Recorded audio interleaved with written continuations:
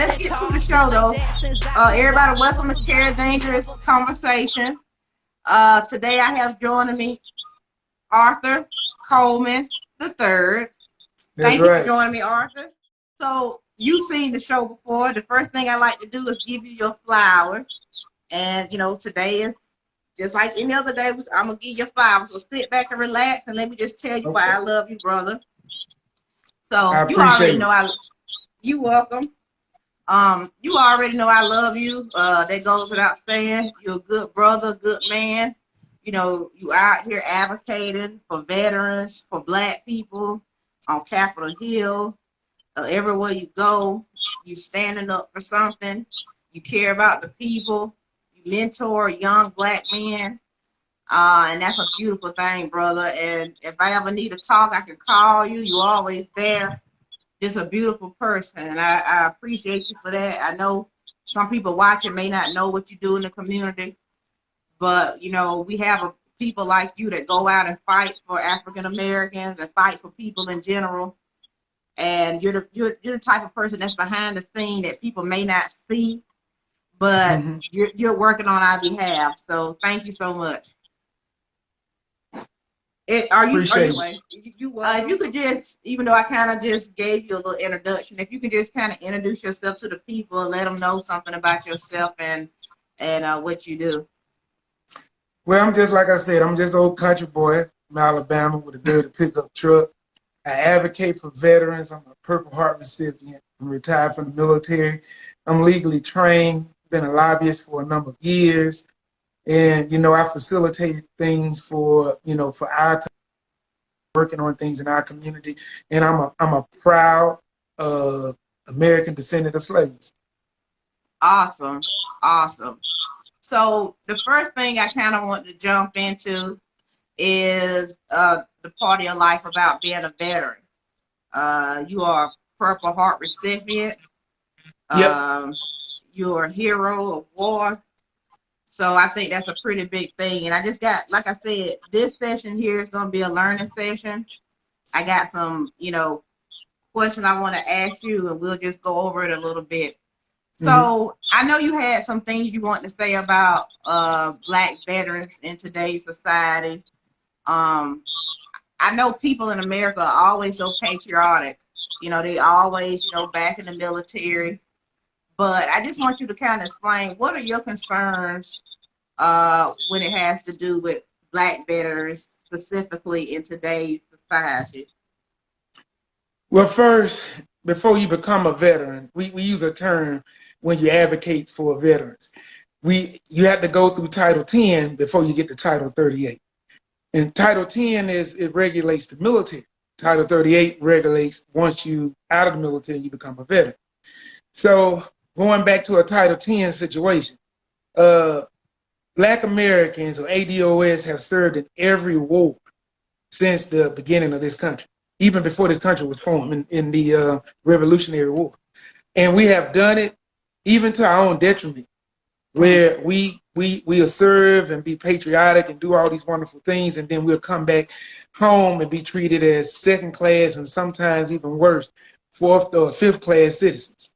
Mm. And in that sense, being a Black military service member and looking at the past of how people served and what they had to come back to, that's the first symptom of this white supremacy and racism.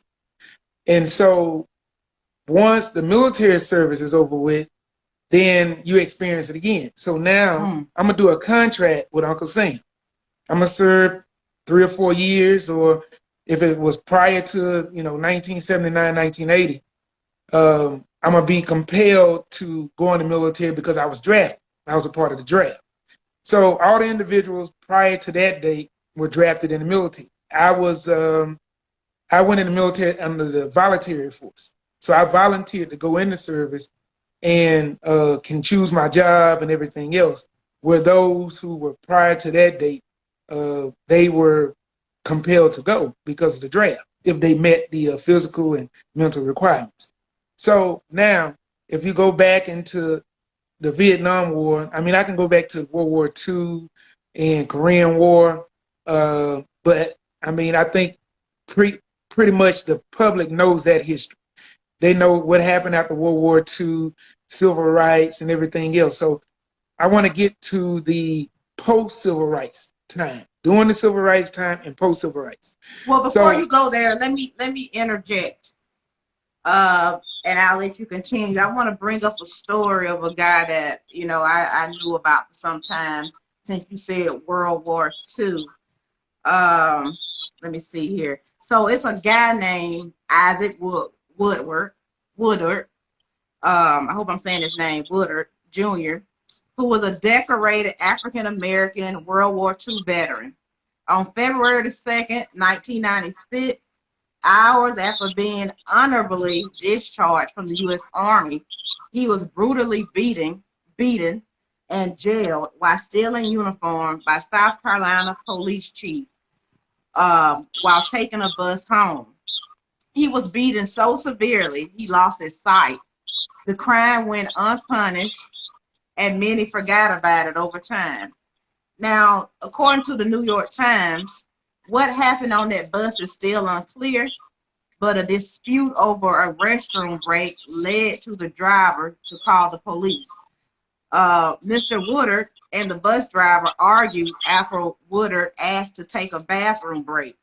The bus company policy required drivers to accommodate such requests, but of course, the driver claimed that Woodard was drunk and he was acting unruly. If you look up that case of Isaac Woodard Jr., he was beaten so bad he became blind. In history, we know that the mistreatment of Black veterans was common, from physical violence to social humiliation, especially in the 19th and the 20th century. So I just wanted to interject and say that to give people a real life story of that treatment that you're speaking about. So I think it's good for them to know that story. So if you want to continue from there, I don't know if you want to talk about that. Okay. Yeah. And, someone that's a little more notable that came back from war, the Korean War, was Medgar Evers. Yes. And he came back and he was gunned down. Gunned down. So, being a veteran, a lot of people will come and say, well, you're a veteran. They look at you totally different, this and that. In some respects, I do agree. But in the bigger scheme of things, it doesn't happen. And, recently, in the last 40 or 50 years, since the Vietnam War, I'm more in tune with them because I meet a lot of those guys now because we advocate for them. Because prior to the 1990s, only about 10% of Black veterans applied for any benefits and received any benefits. So whether they applied and the forms became missing or they was turned around, all we know was documented only about 10% were able to have some form of benefit from the VA during that time. Now, that number will increase if I talk about the VA loan for housing. That's a little different. But for wealth building benefits, right, very few veterans was able to get the compensation and pension, all the suffering and exposure to certain chemicals in Vietnam. So around the 90s, they had this big flow and flux of veterans who was having cancer, having issues, having problems, having kids and everything. And all these veterans started coming out to say, hey, we had these issues, and they found out it was Agent Orange. And so they had a presumption. And a presumption just means if you was around it, if you was in the area, then we presume that you was exposed to it. And so you most likely it's plausible that you have this disability. And so that's where a lot of these veterans come out. So now advocating for veterans, I was the National Service Director for the Military Order of the Purple Heart, which is a congressional charter organization. And our focus is to take care of veterans, widows, and their children, their dependents. And that's to help them receive compensation and pension, medical care, housing, help them to get their lives together, to find, mental health and be able to help them with camaraderie back into the community. And we do a lot of other civil things. Well, in my tenure during that time, I was tasked to run this national organization, and we had people overseas, here in this country, and I had well over 100 employees that I was dealing with advocating for veterans. And during that time, I just seen a lot of veterans coming through the door, a lot of veterans. So, I went from a micro where I was helping maybe like 15, 20 veterans that I knew, people who knew me in the community, help them, try to find them housing, help them with their forms, the file for benefits, things like that, family members. But once I got in a position where I had to help many and look at certain things, I've seen a lot of African American veterans who didn't receive any benefits. They was in their 70s, never filed for nothing. So someone asked me, Why aren't they aware of the services that are out there for them, Art? well, today, they advertise it. I mean, you can go on TV and see stuff for VA in the last 10 years. Well, let's go back. We have to really go back. Let's go back to the 70s. What was going on? I mean, we just had the Civil Rights Bill signed a decade prior to that, right? Mm-hmm. And then, even although a law is signed and mandated, that doesn't mean people are going to just abide by it. It's going to be some people huffing and puffing, and everything else. And so what happens is that they never put the knowledge out. And so we had the ignorance in our community. Then on top of that, me being from Alabama, remember the Tuskegee experiment? That was at the VA. The VA was right next to it. And so my own father told me he would never go to the VA because he's not going to let those white folks give him a disease. Wow. He told me that. Yeah. He was afraid to go. So let me ask you a question. Because in the military, we always hear people talk about the brotherhood. Do the black soldiers not feel a part of that brotherhood? Do they have their separate brotherhood? Because I know even when we go to school, it's like we're always separated from each other. Is it the same in the military? Can you speak on that? Yeah, I can tell you this. So I always tell people, I learned this from one of my old mentors, and he was actually a white guy. And he told me that you have to put people in situations. And this is the best way for me to explain it. So it's all on 100% scale. You're not going to even love yourself 100%. A lot of people think they love themselves 100%. That's only God. So you're going to give yourself 90%. And I'm going to tell you why. People drink, people smoke cigarettes and do this and that. So you're not loving yourself 100%. And you eat a lot of sweets and all this stuff. So I'm going to give you 90%. The only other thing that's close to that is mom and dad and your kids. So they'll be in the high 80s. Once you get down to 70%, or 60%, you get to what we consider the friends, 60%. From 60 to about 40%, that's where your friends sit, right? They sit there. Most of the time, they agree with certain things that's there, or they disagree, but they there most of the time to help you with this and that. Then when you get past the 40%, you get down below 40%, you get to what we call the allies. Allies is going to be from like 39% to 20%. Then you get to 19 to 1%. We call those situationships. So in the military, when you in war, you have a situationship. Remember, they always taught us that there's no atheists in the foxhole. In other words, everybody pray to God when the bullets start flying. So when a white guy is next to me and we fight and they coming in, the guy on the other side, he don't know, he probably know I'm black, but he don't care about that. I'm American. So this same white guy, he can probably call me all kind of Negroes or niggas or whatever the case may be. But he know at that time, I'm his best friend. And so that's the situationship. That's the brotherhood that you see. The brotherhood works in that. Now, can relationships grow out of that? Yeah, if you save a man's life, if they depend on it, some things do work out of that, and they become better. And they might get upgraded to the ally side. I had maybe one that made it to friend. He down in the 51%. You know what I'm saying? Right. But the whole thing is that's the situation with the brotherhood. That's as far as it goes. It's just a situation. Because that was great. Yeah. Oh, go ahead. So, when in the military, what a lot of people don't understand in the military, the military has cliques. You have cliques Mm. in the military.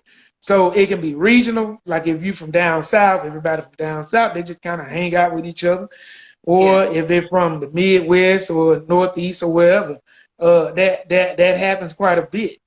But I think what happens in the military is that you need the other person, and that's how the brotherhood kind of comes out. So when you see mostly combat veterans who actually have been deployed, whether they've been to Iraq, Afghanistan, Bosnia, Kosovo, Desert Storm, or Vietnam, those dudes, regardless of what race they're in, they'll put that aside for the people who went to war with them or people they know they went to war. They'll set that aside. It's kind of like I consider a waiver. It's a waiver. Oh, you okay? It's kind of like Michael Jordan. Michael Jordan is Michael Jordan, but if he didn't play ball and everybody didn't know him, I mean, he'll be just like me in the street. So, That's I so mean, it's the true. same thing. Yeah. Why is it that like we see some people come out the military and they're like boasting and or not necessarily boasting, but they seem so financially stable. And then you see other veterans come out and they're homeless or they're I mean, is that can you break that down a little bit on Yeah, I how it can. like it's Well, such well, a well, it's a lot of variables there. right. A lot of variables there. But I can give you some type of premise to help you out here. So to narrow this down, you do have veterans who do better than others. I was a combat veteran, and so most combat veterans, once we leave the military, especially in the last 15 years, Mm-hmm. most of us are pretty much on the down end. So if you want to look at veterans who not doing so well, you'll find combat veterans. Why? Because they suffer from PTSD, TBI. They might have physical injuries. This mental health part, with suicide, not being able to maintain it. And the reason why a lot of veterans, the vast majority of the Mm-hmm. military, right, is under the age of 25. And a lot of people don't know that. The vast majority of the military is under the age of 25. That's the vast majority. So when you're talking about the worker bees, we're talking about people who graduated from high school, people who just been in the military their first 4 years, or first 5 years, or first 6 years, right? If you came in when you was 18, right, and you 25 years old, if you do the math, if you do the math on that, right, you already been in the military for like 7 years, right? Okay, if you make it to 28, you halfway through the military service. So majority of the military are young guys. They just left home playing video games. I'm just talking about the people that was working for me. Now, when I came in the service, they didn't have a lot of folks playing video games and stuff. I mean, we still had Atari and Nintendo, the Super Nintendo with the duck gun and stuff. But we still had people playing outside, stuff like that. So when we came in, me shooting a gun wasn't nothing. You know what I'm saying? I shot a gun before I even joined the military. So that wasn't no big deal. Me being from Alabama, the country and all that kind of stuff. But for a lot of these guys that's new, that was coming in when I was in charge of these guys was coming straight from playing the what they call it, the Sony PlayStation and the all these games, and so they were playing the war games on the video games, and they coming into the service, and they never seen a dead body. Mm-hmm. They never seen nobody blown up. Some of them might have seen people shot, but I mean, you go to a space where you're not just seeing someone shot, you're seeing one dismantled. Dismantled. I mean, their guts and stuff on the ground. You watch somebody that's close to you that died. I mean, that's a lot. And so now these guys are at the end of their service. They get a debriefing, right? While they was in service. The service itself is a culture. Being in the military is a culture. So especially if you're a man, it's a culture. Like if you sick, they tell you to tuck it in, right? We used to use a term if you was down or you sick or you couldn't keep up, and you can excuse my language, but they just call you broke dick. And if you was broke, dick, you were looking bad. So You what looking kind bad. of what kind of energy did you have to pull on inside just to never give up? Or I guess when you don't have any choice, I mean, what is that Well, coming from? this comes back to the symptom when they get out. We have what we call it false motivation. See, a lot of people think the military is very disciplined. The military is only disciplined with consequence. It's a consequence. When you do a contract with Uncle Sam, right? If you don't do something, it's a felony. This is the federal government. If you don't do something, it's a felony. Now, they do have rules to keep you from being charged with a felony. They have what they call non-judicial punishment. We call that UCMJ. And what UCMJ basically do, it's a corrective action where they use a punishment where it doesn't go in the court system where you get court-martial, where it's like a felony for the federal government. So, when you have all these restrictions, it's not like, people say, oh, military like prison. No, I'm not going to say that, because you're free to do whatever you want to do. You got choices. It's just that if you make this choice, it might be detrimental to your freedom as well as your future.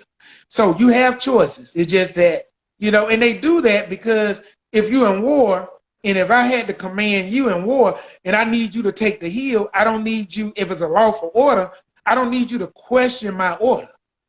So you have to be trained not to question my order, but I have to be trained that you can trust me as a leader. So the military do create good leaders, but I think some of the false motivations about it, what happens with the false motivations is that we motivate people that they're invincible, and then when they lose that reassurance, because in the military we reassure. It's always a reassurance. That's why we have to get up and do cadence in the morning when we run. You get a guy, he never ran more than a 40-yard dash in his life, but once he come in the military, he can run 15 miles. You know why? Because I'm up here calling cadence. I'm saying left, left, left, right, left.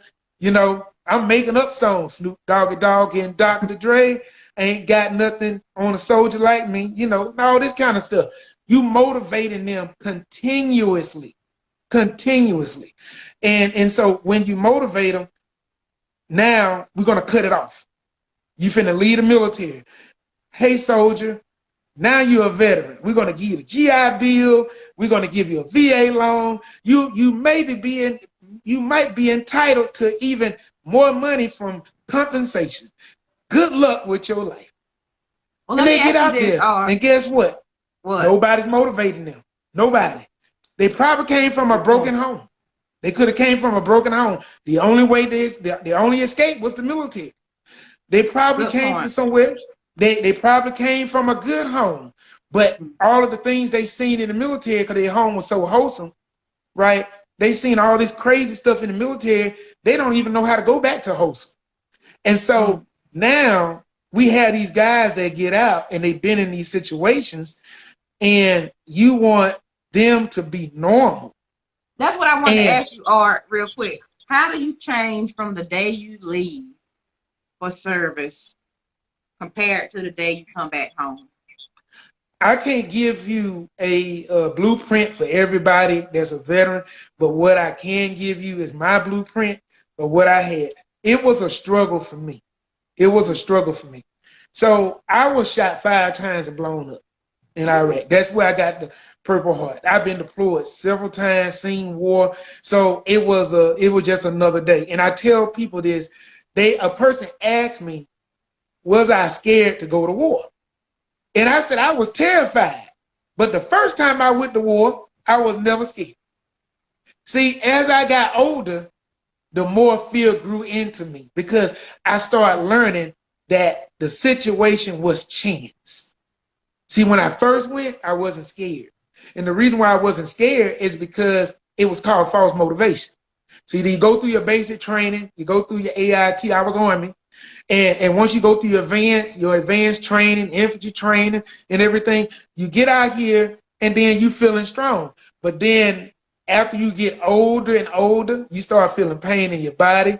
You start seeing people die over the years. You start being afraid.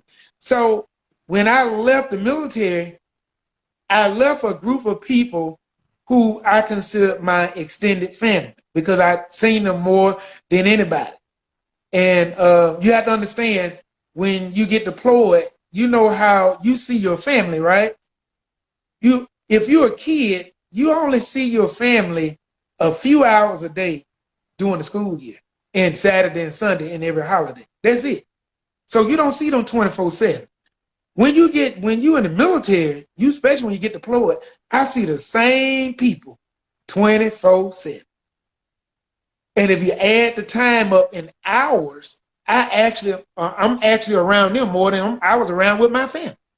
Especially if you put a couple years around. If you're getting deployed for 18 months and you're doing a 24-hour shift, and these are the people that you sleep next to, you bunk next to, you fight with, you train with, you're around them almost 24/7.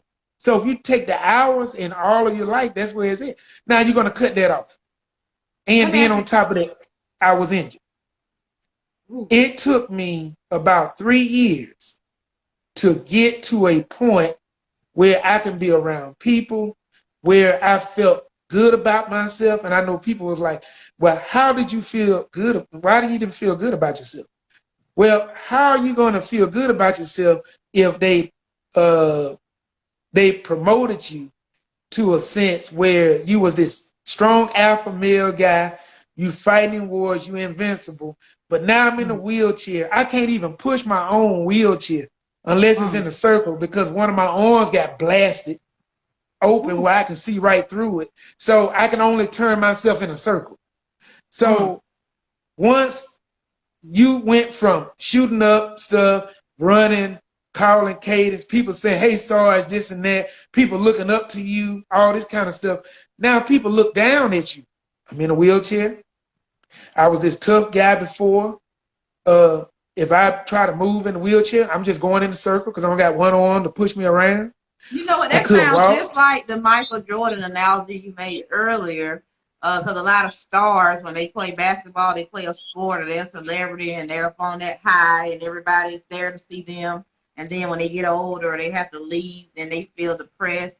Their self-worth goes down because those people aren't there, giving them that attention anymore. That's what that's really reminding me about. So with what you just said there, I want to ask for the people that need to know this, how can families make the transition back for veterans easier when they come home? Is there any way? Yeah, it is. You have to have a support group, but what you can't do is interfere with the process. It takes other military people to help guide the veteran. A lot of people don't understand that. Not just a person that been in the military, they have to be in the war. And so we peer on peer, what we call peer on peer services are the best thing. Peer on peer. See, now when you start speaking a language, you know how they always talk about love language? In order for a relationship to work, you have to somehow have some of the same love language. Well, with veterans, you have to speak the same language. It has to be a peer-on-peer type of language. And so they promote that. I think that's one of the good things in the recent years. That worked for me. That worked for a lot of veterans. I did a lot of peer mentoring, right? I mentored people, because I was the peer, been to war, been shot up, blown up. And so they can hear me. If my mom was talking to me, and I love my mom to death, I couldn't hear her. My mom had never been to war. She wasn't in the trenches with you. Right. I couldn't hear her. And so what happened is that peer on peer, that peer mentorship, it helped me. And then once I got help, I wanted to make sure that other veterans who suffered through this, right, would get the help. That's beautiful. Again, or even though you're not done talking, I have to say thank you for your service because I've heard your story before, but you kind of told it in more detail here today. And that's a lot. Yeah, it's a lot, but you know what? I made it through. And people ask me, well, do veterans? I keep telling them I'm not common when it comes to veterans. I'm not the common denominator when it comes to veterans, especially combat veterans. A lot of my brothers and sisters are the veterans that you see that's homeless. A lot of them are in transitional homes or what they call supportive, adaptive housing, things like that. So I don't know, maybe it's that old country boy stuff, or maybe it's some of that stuff my daddy gave me in his DNA, in the cotton fields, sugar cane fields, and all that stuff in southern Alabama, down on the Gulf Coast. Maybe it's some of that where it just gave me to make me want to fight and keep going. Because even after that, I had to learn how to write again. I had to learn how to walk again. I was able to go get degrees. I went to law school, all this other stuff afterwards. And I'm thankful that God gave me a second chance at life. Because anytime something happened like that, your whole life flashed before you. And after that, I just made a promise that I'll be a servant. And especially to my own folks. I always been an advocate for my own people because I seen how my people struggle. And that made me interested in history of my people even more, to see that we had so many black people fight for our country and they came back to be second citizens. And it goes back. How does that make y'all feel? How does that make you feel when you come back and you're being treated as second-class citizen? You were shot 5 times, had to learn how to walk again, had to learn how to write again. Then you come home, and those white brothers you was in the trenches with, you feel like they're getting a different kind of treatment than you. What does that do to your morale? What does that do to you, the person, not just the soldier? What does that do to you? Well, I tell people this analogy, right? The Vietnam veteran, he went and fought in Vietnam. The America told him the Viet Cong was his enemy. He gets back home in America, and about 15 years later, half the gas stations in his neighborhood owned by Vietnamese.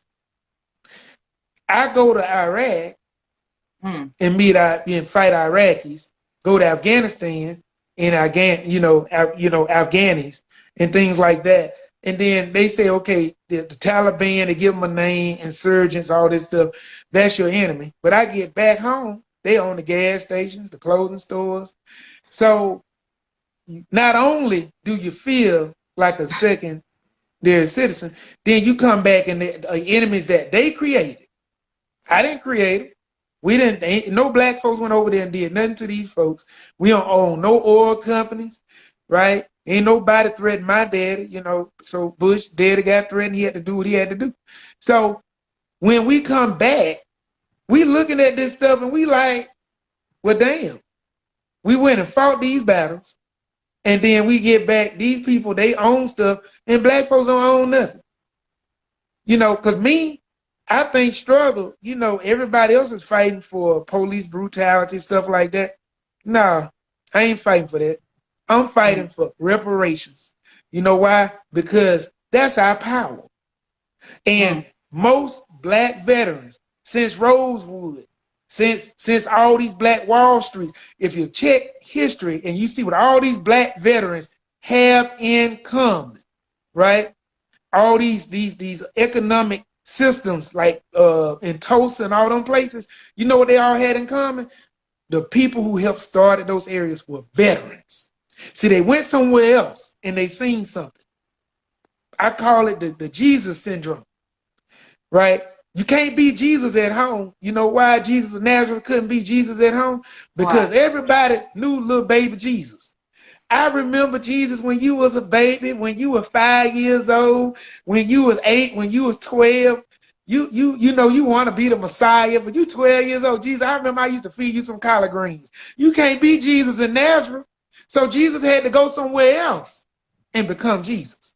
So with the military, right, in order for us to learn something, these black veterans like Medgar Evers, he went somewhere else. He went and fought in war, came back home, and he's seen something. If you look in history, a lot of these old leaders, they was in the military and they came back on. They seen something different. And a lot of these old sharecropper, carpetbagger white folks, especially in the South, they didn't want these Negroes to move down south. As a matter of fact, it was an old edict. It was an old order when the Rough Riders went down into the Caribbean. Roosevelt had them when they went and fought battles down there. They had all these Negro soldiers. They didn't want them Negro soldiers to go back down south. They sent them out west. How do you think you got towns like Portland, Oregon, Seattle, and Los Angeles? All those little cities that was incorporated by Very black folk. true. They was Okay. old veterans that incorporated them cities, old Buffalo soldiers, Rough Riders. They got them out there. See, what people don't understand is that veterans, a lot of black veterans been angry. They've been angry. But what happened is that we only can do so much. We try to come back and teach our people. Most veterans, especially as black, they always active in their community. They're very active, right? You know, do you think the Black Panthers went and formed? They knew stuff about guns. Who do you think taught them about guns? Them veterans. Wow. They came back and explained to them about guns. They had black veterans are part of the organization, right? They used to teach us how certain things work. So, you know, when it comes to it, you ask me, are black veterans angry? It's self-explanatory. We've been angry, right? I just think now is the time to get everybody else on the same page, to have that same anger. But don't use it to burn everything up and tear it up. Use it to build our wealth in our own community. Because I'm going to tell you something. Every time a message comes up, right, about black folks, it's about shut up and just do it. I call it the Nike syndrome. I know you say I got all these drones and syndromes going on. Nike syndrome, they shut up and do it when it comes to black folks. But if we ask for something specific, shut up and just do it. It's just like vote. We go ask for something. Well, we want this. Well, you know what? We can't do that. This is what we're going to give you. And we just want y'all to shut up and we just want y'all to do. That's it. That's what I just Arch. I always wondered about this. Should family members ask soldiers when they come back or veterans about their experiences, or should that be avoided because it's traumatic for the individual? It should be avoided until that veteran seeks professional help. Until professional help, I would advise anyone, let the veteran get professional help. Please push him to that direction. Professional help. Just don't try to communicate with the veteran, because at that time you can try to calm him down. That's fine for a temporary basis, but the veteran needs professional help. And because a lot of these guys, you know, they're not dangerous, but they can be inherently dangerous. You know, they can have all type of PTSD, all type of episodes. You don't know what the trigger is. They need to find professional help. And once they receive professional help, then if they're comfortable, right, they'll let you know. They'll let you know what you need to do or say or something like that. Is there anything that it may be hard for a veteran to express to their loved ones from your perspective? Maybe you have some insight since you've been there, done that. You know, emotion, you know, being able to express emotion would be difficult depending on what type of situation that veteran was in. If he was in a big combat situation. Also, veterans become very distant because they lose this organic family that they receive in the military. So going back to that deployment, you with someone 24/7, you see them all the time. So, you know, if you in I've been in some spots where I had to do what they call a buddy bath, where I had to have a buddy make sure I'm good, where I take a dump or take a piss. You know, and they have to guard me during that time so I won't get shot with a sniper. And they have to do vice versa. I mean, you know, it's a buddy system. So, you know, you have to make sure that you are in, this is the space you leave. And when that gets cut off, then you don't value everything else the same way. It's kind of like, I know I had some episodes before, and I had a very good friend. We real good friends, and we was in like a little firefight, and where I was deployed, and he took out some people that kept them from killing me. Mm-hmm. So when that happened, you feel like you owe this dude forever. I mean, let's be for real. If someone kind of saved your life on something, I can't value that like the same way I say, okay, Miss Dangerous, can you lend me 20 grand? I think my life is worth more than 20 grand. You know, even if you Right. go help me, if I'm in foreclosure, you save my house from foreclosure, I think my life is worth more than foreclosure. It's kind of hard to value someone who does that. And so that becomes a part of your family. My spouse, my wife will tell you that I have some good friends and they are all crazy. And she sees me and she thinks my friends, my veteran friends, are like me. And when she meet them, she be like, babe, they crazy. They'll be on. I got one we call he ghetto rich. That's his name. He live in Philadelphia. Well, don't forget that's gonna be out there now, so he may be watching. Ghetto Rich may be Oh well, watching now. he cool. We cool. Me and him Oh, fuss okay. all the time. But let me tell you something. The guy heart is made of gold. He have a block party every year for his neighborhood kids, and he spend well over $6,000-7,000 of his own money. He don't even raise money. He do it himself, right? He pay for it himself for people in the community. So these are the veterans I'm dealing with. Then I got another friend. He volunteers. He's from Atlanta, Georgia. He lives in Texas, right? And he'll go out here and he'll ride buses and teach kids how to wrestle and play baseball for free and all this kind of stuff because they retired. They had an income for it. I wish the cost of living here in DC was like that, but it's not. But so I that pretty much can Well, can I'll pick it up from there because a lot of people in the comments here are asking about the type of help that veterans receive. And one great question that just came by: does that emotional support or some kind of therapy start when you're in service, or is that after? well, when I was in service, no. Okay. No, it didn't. They have programs now started about 10 years ago. And they have what they call WTUs. And I know the military got all these acronyms, but we call it Warrior Transition Units. And Warrior Transition Units, these are units set up for service members who are about to leave the service, whether they suffer from a physical disability or individual wound.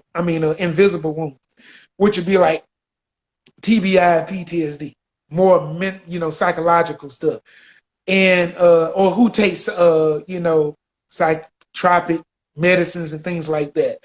So they start the process, and they have gotten better to migrate everything over to the VA system, right? But when I was in, they didn't have those programs. It was like I was still in my old combat unit. They just put me in what they call rear detachment. And those are the people who left back at the garrison part, and they made me pull duty to answer the phone. So I'm in a wheelchair with one arm, and I'm Mm-hmm. answering the phone. And that was my therapy when I was going through all my hospitalization before they said, hey, we finna retire you.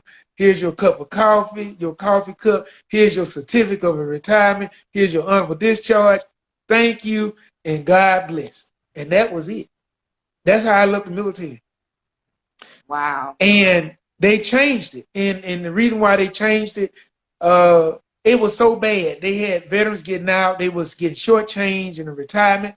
They had to introduce laws like Chapter 61, which is a law if you got less than 20 years, you can still retire because in the federal system, you got 15 years in federal system, you're vested.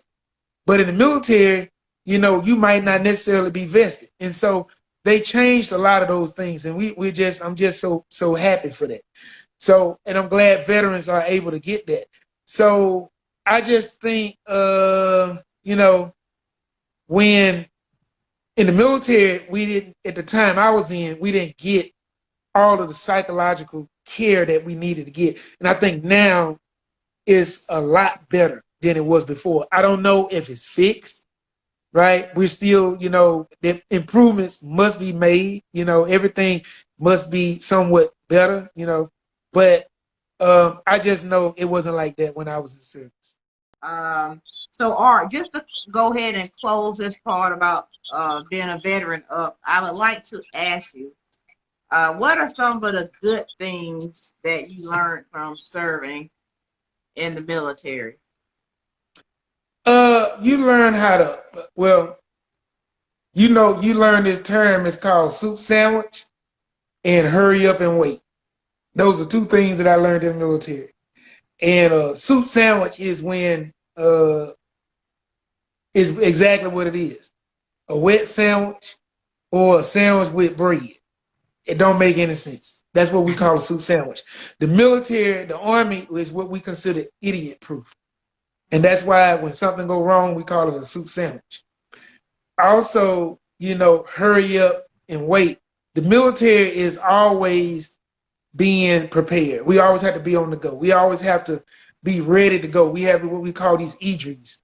And basically EDRE, I forgot what the acronym stand for. It just means we finna test how ready you are. We're gonna call you in 30 minutes.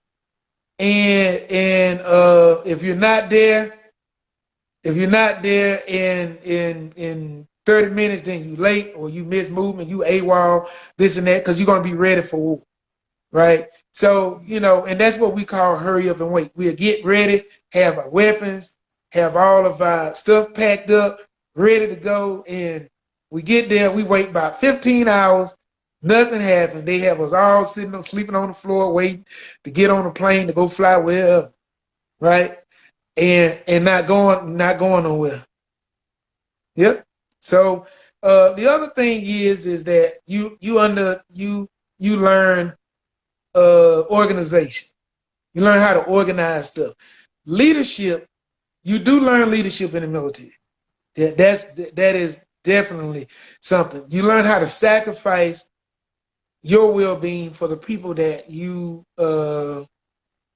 command or you lead. And you have to give up a lot of your personal time when you are, especially when you're a buck sergeant or you a staff sergeant, sergeant first class. A lot of your personal time go to your soldiers. And if we have any veterans on here, especially the NCOs that was on the Instagram, on the gram, they'll tell you getting people out of jail. I had a soldier that was a stripper. I had a male stripper and a female stripper. I was stationed in Fort Hood, Texas. I was in 4th Infantry Division. And I was a part of I had a detachment. I was with 4th FBS. And this is the first time I had females in my unit. First time I had females in the unit. It was a non-combat unit, but it was in a combat brigade. So they were short on NCOs. They started putting us over here and tasking us and augmenting us in certain positions because they just needed people with rank. So I had females, and I actually got in trouble one time about it. So me being a male soldier, been in, mostly, all male units prior to that, right? So one of the females, she had her monthly come on, right?